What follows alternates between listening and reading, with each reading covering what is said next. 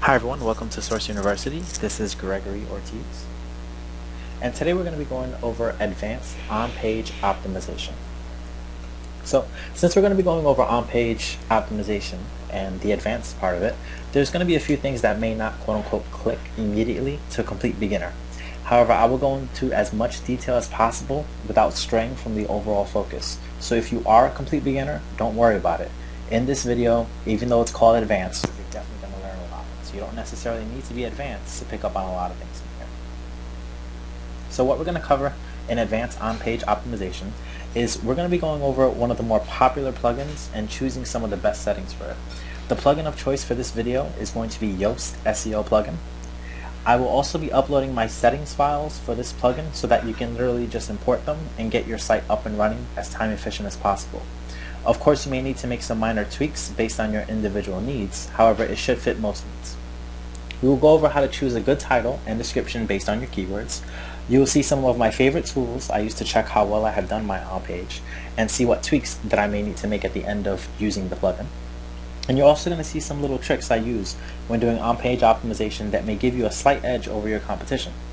And as many of you know, the difference between that number 1 and number 2 spot in Google could be due to even the slightest edge one person has over the other. What we're not going to be going over is cookie cutter on-page optimization. So while most of what I teach can be applied to almost every single project you do, this does not mean that you cannot tweak it in any way that you like, or that it needs to be this exact same way every single time.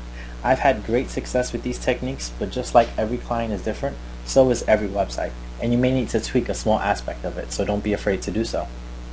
We also won't be going over every possible plugin for on-page SEO. There are many different plugins out there, including free and premium ones.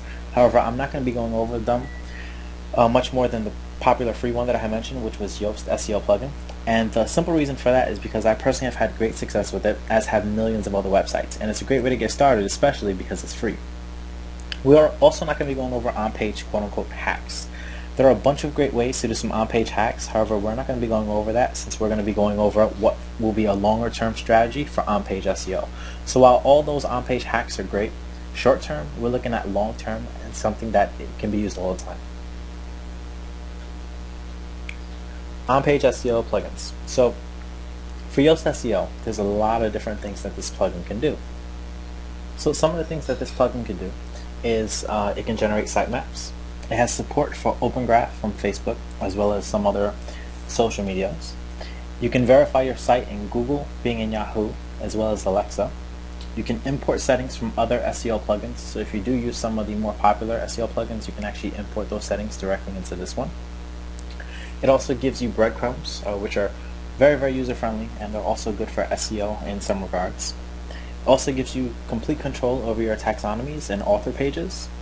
You can set up your title and meta description templates and much more. As you see as we dive into it, you'll see how diverse this plugin actually is and how many different things you can actually do with it.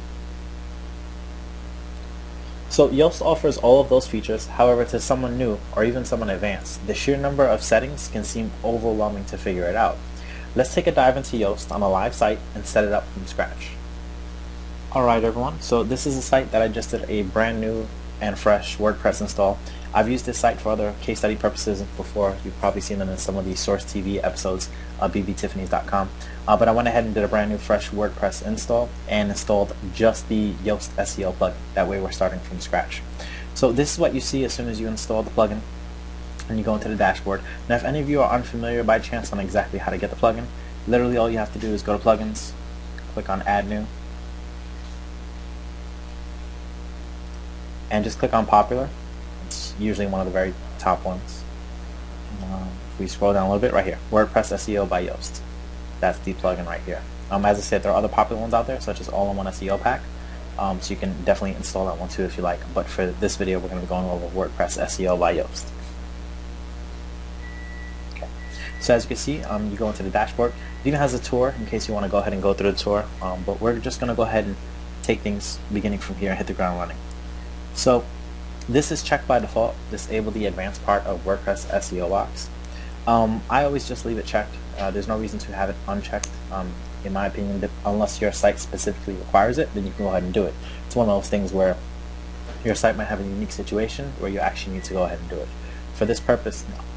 Now, Webmaster Tools. This area is very, very interesting to me because you're able to go ahead and verify your Google Webmaster Tools, your Bing Webmaster Tools, Alexa verification, Pinterest, and Yandex simply by inputting it in here. No longer do you need to actually create an HTML file, go into FTP and upload them, or go into your theme and edit the code and put it into the header. This plugin actually takes care of it for you. And if you don't know where to find this code at, all you have to do is actually just click on the link, and you'll see if you click on Google Webmaster Tools, it'll actually ask you to go ahead and log in.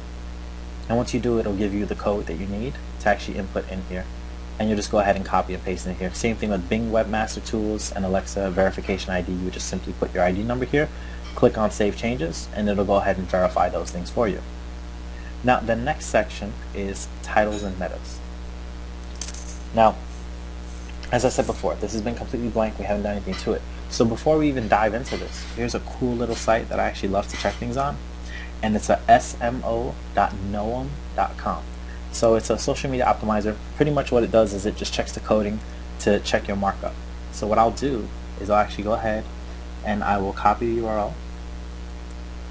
And I'll actually see what the site has by default. Because like I said, we haven't done any SEO to it, no on-page whatsoever. And as you can see, there's no Twitter, there's no Google authorship. It has the URL and the site name as BB Tiffany's, but that's just pulling from the WordPress install we did originally. And as you can see from standard SEO, there's title, there's even a tab up here. You click on standard SEO, break it down for you a little bit more. So as you can see, we have a title which came from us installing WordPress, but there's no description, there's no keywords, and there's nothing else really in here. So that's what Yoast SEO plugin is going to help us do. And we'll check this right after we're done with everything at the end. So what we're going to do is force rewrite titles. We don't need to check this. Some actual themes require you to do it because they do give you a little bit of an issue with it. But the default themes don't give you an issue, and most themes don't. If you feel for some reason like you see your title being up here twice, like let's say for example it was BB Tiffany's, and then you saw BB Tiffany's again, like one after the other, you have to do force rewrite titles. It happens sometimes, but rarely. Title separator. You can either use the dash or the dot. I'm a fan of just using a dash just because it looks more natural. Site-wide meta settings. So no indexing subpages of archives. So pretty much what this means is if you have something that's called like page/to and other archives and you don't want them to show up in the search results, then you should enable it, which is a good thing. I don't want those in there. There's no reason for them to be in there, so we're going to go ahead and check this box. Now, do you want to use meta keyword tag? Now I know he says he doesn't know why you'd want to use it in the first place, and by he, I mean, I believe his name is Juice Vanderbalk, the guy who created it. So, Google has publicly said they do not use meta keywords. However, a lot of people have said that actually Bing and Yahoo do use it. So I always go ahead and I check it just to have it there, because at the end of the day, it's great to be ranked on Google, of course, but you should strive to always be ranked for everything, not just one search engine over the others. This next one right here, it prevents search engines from using the DMOZ description for pages.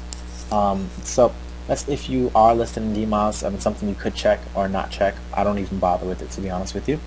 Adding no wider, which prevents the Yahoo directory pages from showing the way that they believe them to be. You can check that as well. Just like with DMOZ, I don't even bother.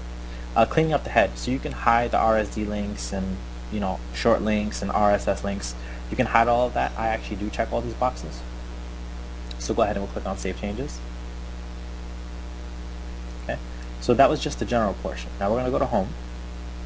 And right here you have yourself a title template. So what this means is whatever you put in this template by default, this is what's going to be pulled. So you can have your site name, your page, have a separator, and then your site description. So for example, the site name right now is BB Tiffany's. So this will say BB Tiffany's, then a page if there's a page in it, then a separator, which was the dash, and then the description of the site. So whatever we decide for the site to have a description of.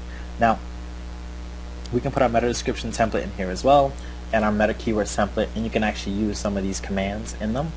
For this specific example, we're actually going to go ahead and we're going to remove all these, and we're actually going to keep the site name. We want it to be there. Page separator. So what I like to do is if I'm on a specific page, I actually want it to show the page name first, not the site name. So I'll have that there. So it'll be page, separator, site name, and I don't need the site description in it as well. Otherwise your title is going to be too long. So go ahead and save that.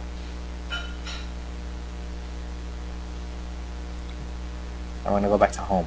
Now, meta description template, I don't bother leaving a template in there. It's automatically going to pull from it in the first place, and you'll see what I mean when we actually go to a post. But I actually prefer to have something written in it, handwritten, instead of using a template for the home page. Now, if we go ahead and go to post types, same thing. You're going to see it's going to have the title, the page, a separator, and the site name. This is perfectly fine to leave it this way if you prefer. I always just leave it this way, and I'll edit it manually if I need to when I actually do get into posts, and we'll see that in a second. Same thing with the meta description template. I prefer it to just stay blank, and I actually fill it out myself, but you can definitely put something in there if you like.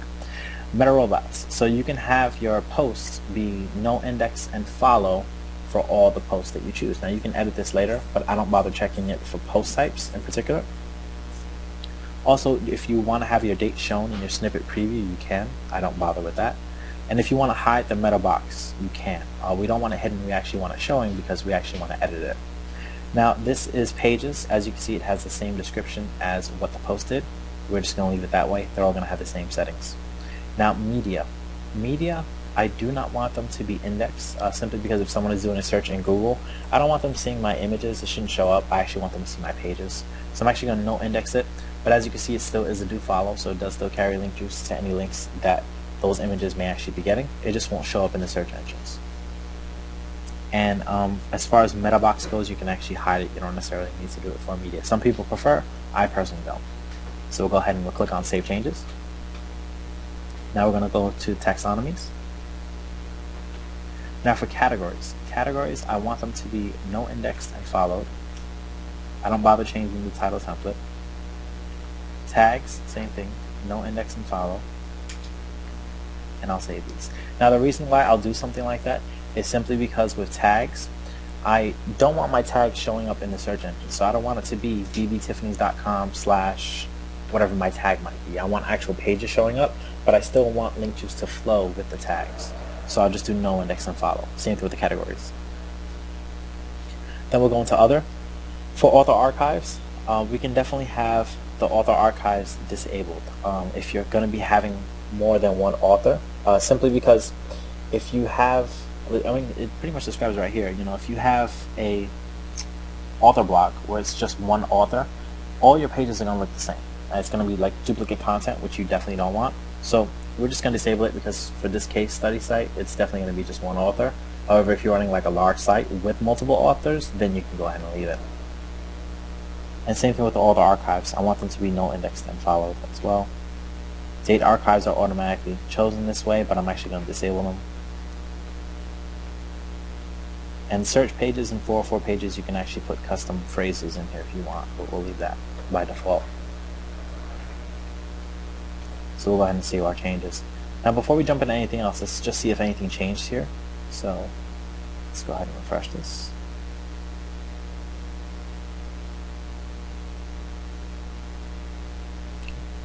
As you see, it still shows everything blank. Now, why is it showing it? Well, that's because we edited just the templates. We didn't add any of the actual pages that are posted yet. So that's why we don't see anything yet. So now, as you can see, we're finished with titles and metas. Now, social. In here, you can actually add Open Graph Meta. You can have your Twitter cards. And you can have your Google Plus publisher page. So if you had a Google Plus page for your business, you can put the URL in here, and it'll go ahead and link it. Same thing with Twitter. If you had Twitter cards, you can go ahead and add your Twitter card metadata in here, and it'll show up from Twitter when you share it. And the same thing with Facebook Open Graph Meta. So if you did have your Open Graph Meta and you wanted it to show, which I highly recommend, when someone does share your site in Facebook, it's not going to pull what Facebook thinks it should have pulled. And what I mean by that is, let's say someone posts a link to a specific page. Facebook is going to choose whatever image it thinks should be the first one automatically unless they cycle through it. Once you have this all set up, you can actually choose which ones you want it to show. So it's actually something that you should have. It's great. We're not going to go through all of this one by one because it's pretty self-explanatory. That's all you do. You just go ahead, add your Facebook admin. It's going to connect to Facebook, asking if you would like to, and you just fill in these settings. Very, very easy. Now, XML sitemaps. This one is very, very important. because you want to make sure that you do have your XML sitemap set up. It's how Google actually finds and crawls most of your site. So if you do need the URL for some reason, you can always click on it, and 9 times out of 10, unless there's something in your settings that's different, it's going to be your domain name.com/sitemap_index.xml. I always disable the author user sitemap, and as you can see, it's disabled by default. And you can have it ping other search engines other than Google and Bing. I always have it ping Yahoo and Axe.com.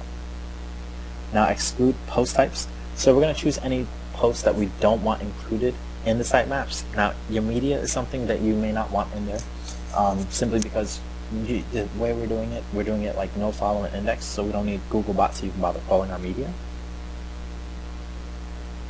And for taxonomies, you may not want it to crawl your format. The tags and categories, we may want it to crawl those, so we're going to go ahead and leave those. Now this says 1,000 entries per sitemap page. It defaults to 1,000. You can definitely lower it, as it says it does to prevent some memory issues. I've never had to touch it though, to be honest with you. So we're going to go ahead and save our changes.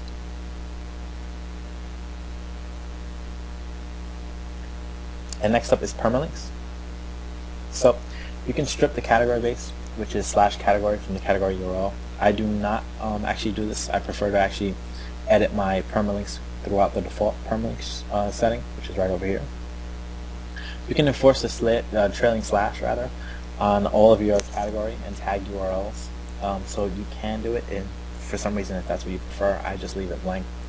Remove stop words from slugs. So pretty much what this means is it's going to remove words such as the, and, just common phrases from it.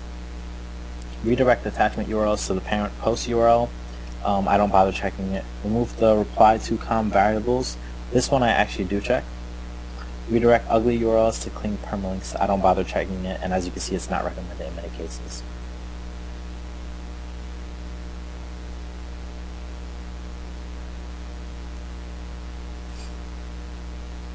Internal links. As you can see, you can enable breadcrumbs, which is very user-friendly. Most themes actually have breadcrumbs enabled already, but if for some reason yours doesn't, you can go ahead and enable your breadcrumbs. You can actually change the anchor text for your homepage and what you want the breadcrumb to look like. RSS feed. This is if you're going to be doing RSS feeds, you're actually able to go in and put which content you want it to be before the feed and after the feed. And as you can see, it gives you some of the shortcodes that you can put in it. Import and export. This is as what I was talking about before. You can actually import your settings from other plugins, so you're actually able to go ahead and use like the all-in-one SEO, import it. So this is from the older one, from the new one, Headspace 2, Google Themes SEO framework, and some other plugins that they have as well. Now let's say you went ahead and you followed all these steps and you want to save it. Once again, you will be able to get it in the members area, but you can go ahead and export it yourself, and then you could have it saved and just import it on every single site that you're using. Once you do have the file from us here at Source University, you can actually just go to import, choose file, and import the settings.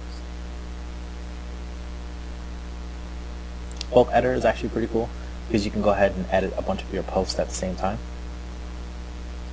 And this is a newer feature, which is a favorite one of mine. You can create your robots text file, which as you can see there isn't one created yet. So now there is. And this is your HT access file. So if you saw a previous Source TV episode that I have recorded where you're actually able to cloak some 301 redirects and do all kinds of fun stuff to it. Let's say you didn't want to cloak it, but you wanted to actually edit your HT access file for another purpose. Then you're actually able to go ahead and just edit your HT access file directly through here, and you can save changes to it. It's a completely awesome way to not actually go into your cPanel and have to mess with all that coding. And this plugin is already doing so many other things for you. It's great that this is actually included in the first place.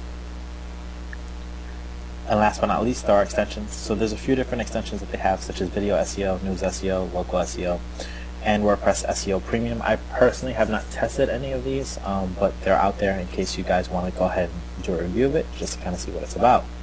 So what we're going to do is go ahead and just jump into a post.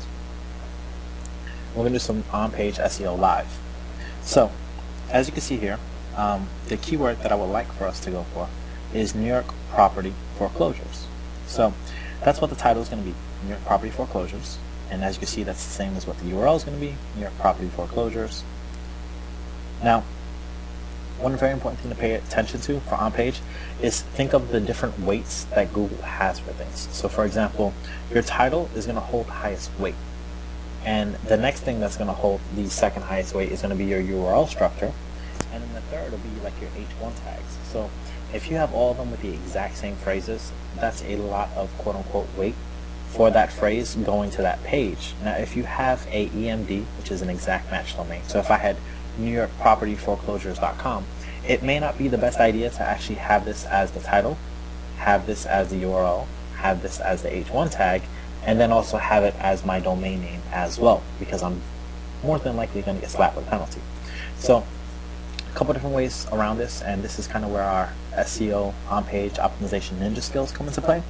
So what we're going to do is we're actually going to leave the URL this way, because I actually prefer it this way because it makes more sense if you are a user. And the title, you can actually leave it up here, because what really counts is at the very bottom, which is the Yoast SEO plugin. This is what we're actually going to be going ahead and editing. See where it says SEO title? It's pulling it based upon the template we created before. And remember, for description we left it blank, so that's why it is. So we're actually going to go ahead and change the title, and we're going to name it something that way it still seems similar, but we're not using the exact same phrasing as what our URL structure is. So we're going to go ahead and actually choose our focus keywords as well.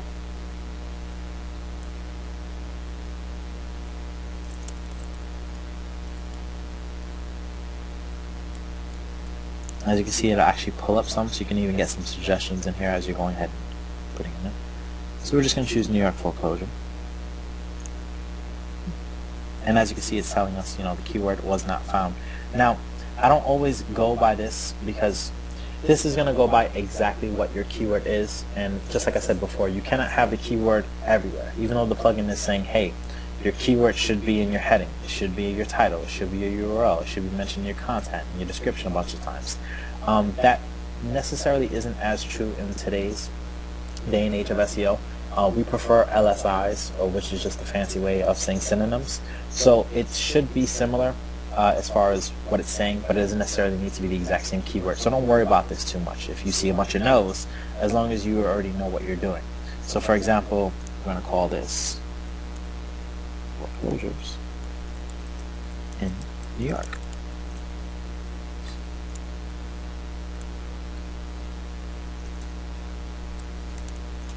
Okay. And as you can see, this is what you would see in the search engines. Foreclosures in New York, bbtiffany's.com. bbtiffany's.com/New York property foreclosures. So you're saying the same thing essentially, but it's not the exact same words side by side. Then you're going to go ahead and edit your meta description. Now what this does is it pulls from the first sentence, which is great, but it's not necessarily what you may always want it to say. So for example, for our meta description, looking for affordable foreclosures in the New York area. This is a great place to get started. So as you can see, we have more characters left. I usually like to fill it as much as possible, but you see what we did here? We were able to include the words foreclosure and New York without actually putting them all together side by side. Another great thing about it is we threw in the word affordable in front of it. So if someone's looking for affordable foreclosures in New York, we're actually going to potentially rank for it as well. Once again, this is where all your ranking comes into play. Right now we're focusing on the on-page optimization. And like I said, I like to use as much of it as possible, so we're adding a little bit more into it.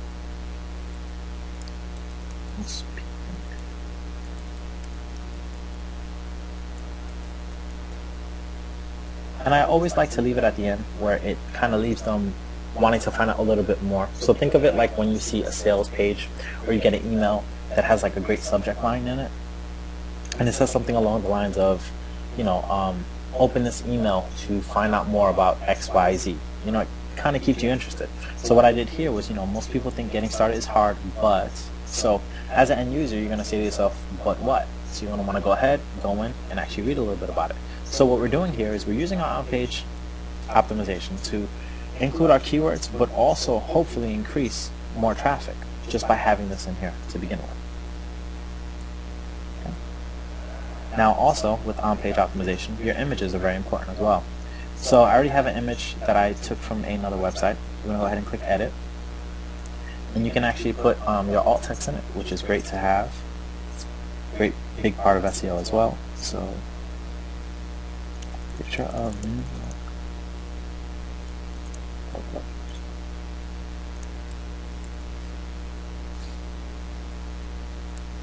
I'll update it. Now I like to look at the HTML code as well for it, just to verify that it did it the way I wanted it to be. And as you can see, it does have the alt. I also like to add in a title as well, which it didn't give me the option there.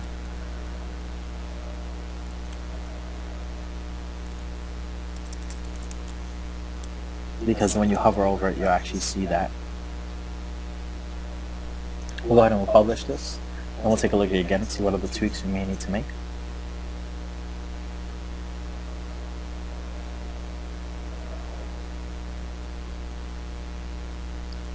Now what we're going to do is copy this URL, throw it into smo.gnome.com.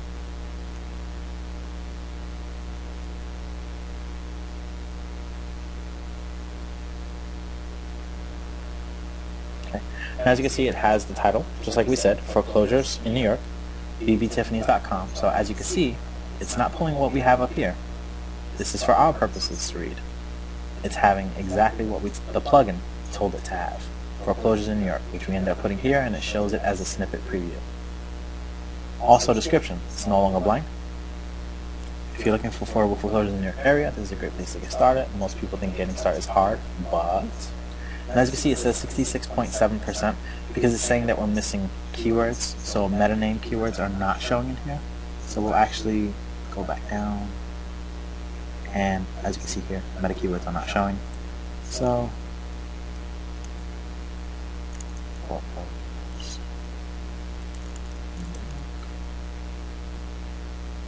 go ahead and publish that one more time. Update it.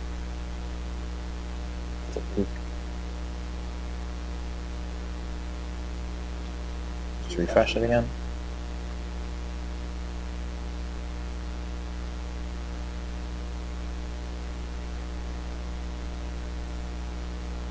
Check standard SEO.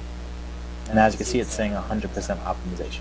This is what we're looking for. This is what we want it to have for standard SEO optimization. Now this doesn't mean our job is done, but it's just saying we covered the 3 aspects we needed to: our title, description, and keywords.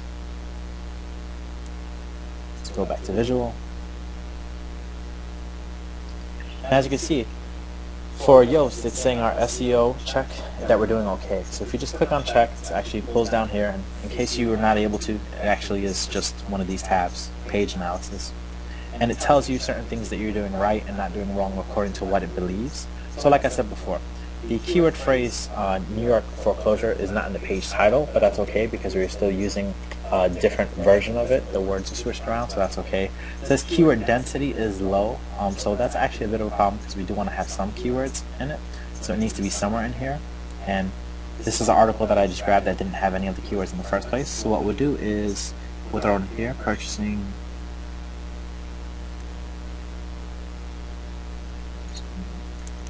Now remember, it's doing it based on what it believes the keyword is, so it's still going to say 0%, but I know we don't have any in here, so we're going to add it in there. Update, we'll check again. Still, like I said, it's still going to say 0 because it doesn't have that exact phrase, but as long as we continuously put different LSIs in it, we'll be okay. Images on this page do not have alt tags containing the keyword and phrase. Once again, it's not the exact keyword side by side, but that's okay because we know we did do alt tags with the LSI. No outbound links appear in this page. So you can definitely link out to authoritative sites if you want. It is something that I definitely practice a lot. I like to actually link out to Wikipedia. So actually you can go ahead and find the phrase somewhere in here that's talking about foreclosures, and you can go ahead and link out to Wikipedia if you wanted to. It is something that I do. Copy score, so it's telling you how easy it is to read.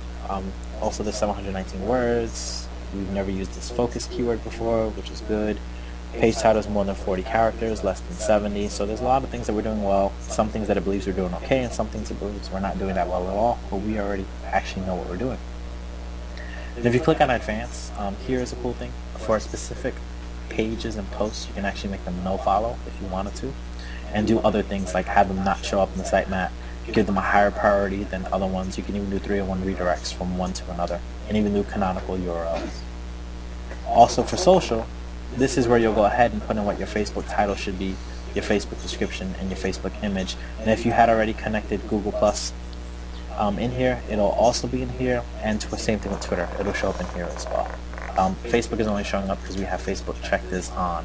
Even though we didn't connect it, it's still checked on, so it allows us to put this here, but nothing will work till we actually connect our Facebook account. And once you do that, you can actually verify that in smo.gnome.com. When you click on Facebook, it'll show your optimization score, your Google Plus score, your LinkedIn score, and your Twitter score. And as you can see, Twitter is the worst, simply because we do not have any Twitter cards in it at all. So it's missing all those properties, which it doesn't have by default.